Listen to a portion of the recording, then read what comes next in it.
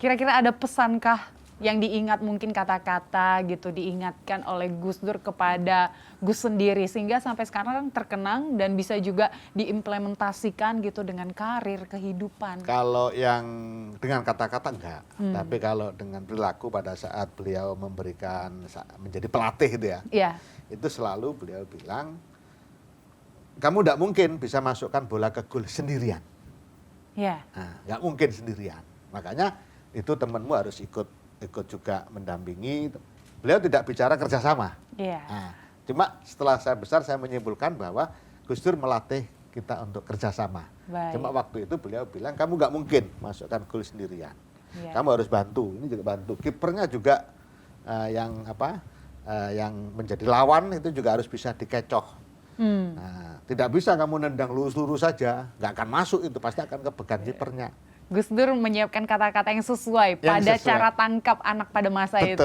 Sehingga sekarang berguna. Betul, tidak kemudian kamu harus kerjasama, enggak begitu. Tapi didetailkan satu persatu.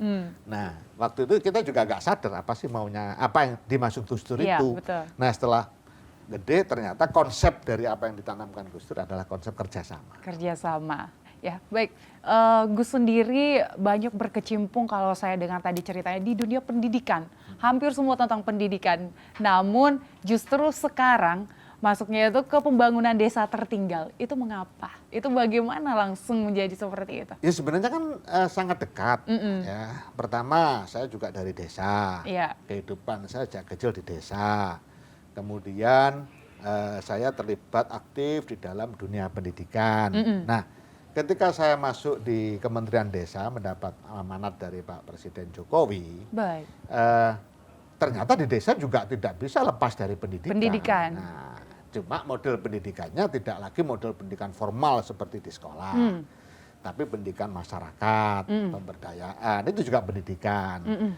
Peningkatan literasi tentang kesehatan itu juga pendidikan, literasi tentang keuangan inklusi itu juga pendidikan. Baik. Jadi tidak ada satupun segmen kehidupan di desa yang lepas dari segmen pendidikan. Semuanya ada pendidikan.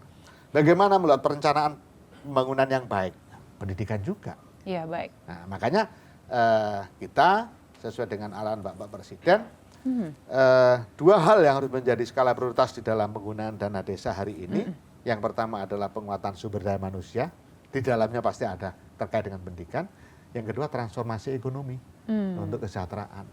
Nah, kalau dua hal ini terpenuhi, terlaksana dengan baik, maka desa itu pasti baik. Karena apa? SDM-nya bagus, ekonominya bagus. SDM itu bisa termasuk kesehatannya, kemudian pengetahuannya, ya, perilakunya. Makanya kita memasukkan semua hal itu dalam satuan indikator. Ya.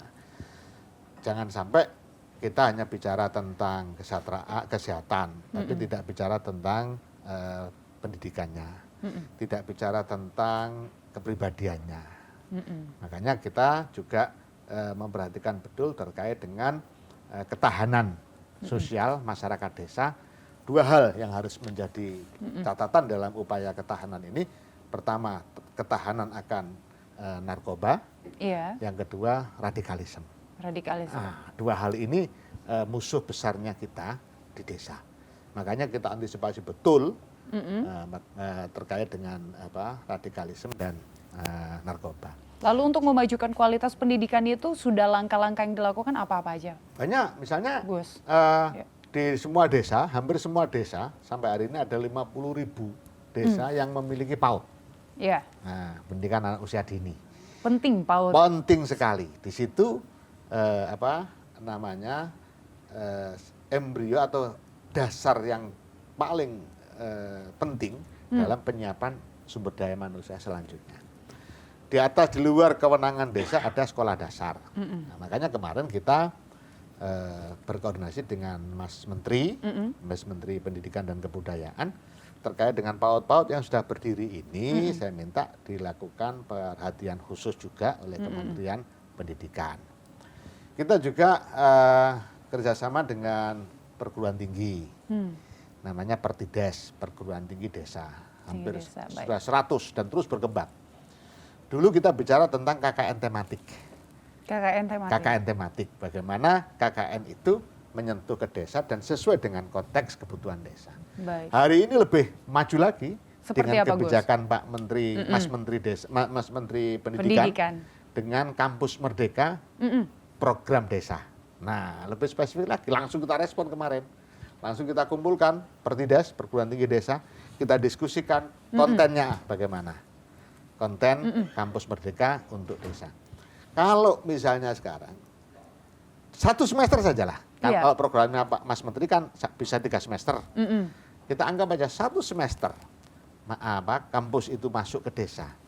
Satu angkatan misalnya 5 sampai 10 mahasiswa.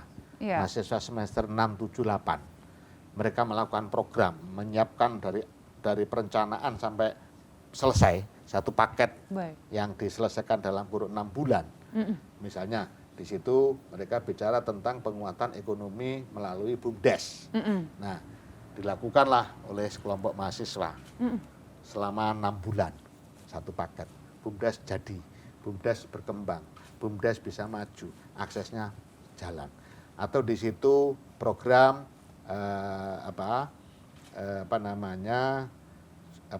energi baru terbarukan.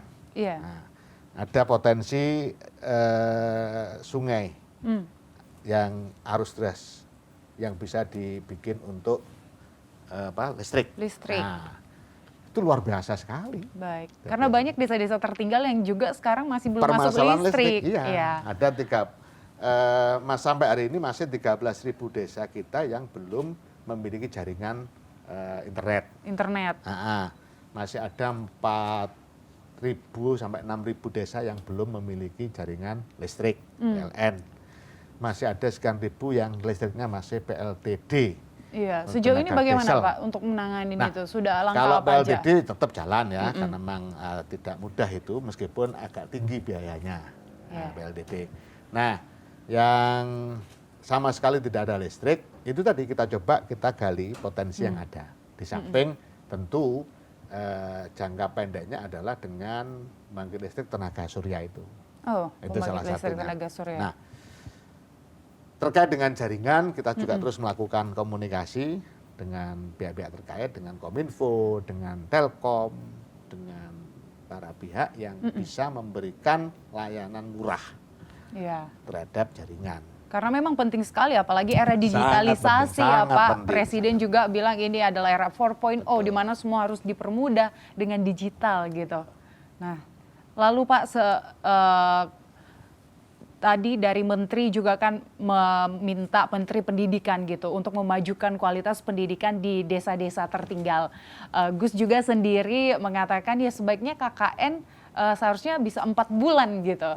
Nah itu sudah sejauh mana respon dari Menteri untuk saat ini? Sudah jalan, Sudah jalan dengan program Kampus Merdeka. Kampus Merdeka itu. Salah satunya adalah program desa atau proyek desa. Sudah kita respon.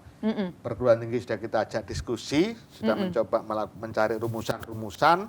Ada 3 hal kemarin, 3 komisi yang kita minta untuk berdiskusi. Pertama komisi konten, apa saja kontennya. Yang kedua komisi yang membahas tentang pendekatan. Ya. Yang ketiga komisi yang membahas tentang implementasi. Jadi implementasinya bagaimana, hak dari perguruan tinggi, hak dan kewajiban dari perguruan tinggi apa, hak dan kewajiban dari pemerintah desa apa, hak dan kewajiban dari Kementerian Desa apa, dan seterusnya, termasuk kaitannya dengan bisa nggak dana desa digunakan untuk menyongsong kampus merdeka itu. Nah, kalau itu nanti sudah selesai rumusannya, kita tata sedemikian rupa, perguruan tinggi mempersiapkan SDM-nya, mudah-mudahan semester depan sudah mulai ada yang masuk. Nah, kalau saja data 1 juta saja, 1 juta mahasiswa pada posisi semester 6, 7, 8, karena paketnya Mendikbud kan semester 6, 7, 8 yang bisa ngambil itu. Nah, kalau 1 juta, kemudian satu desa didatangi oleh 10 mahasiswa atau 15 mahasiswa, selesai sudah.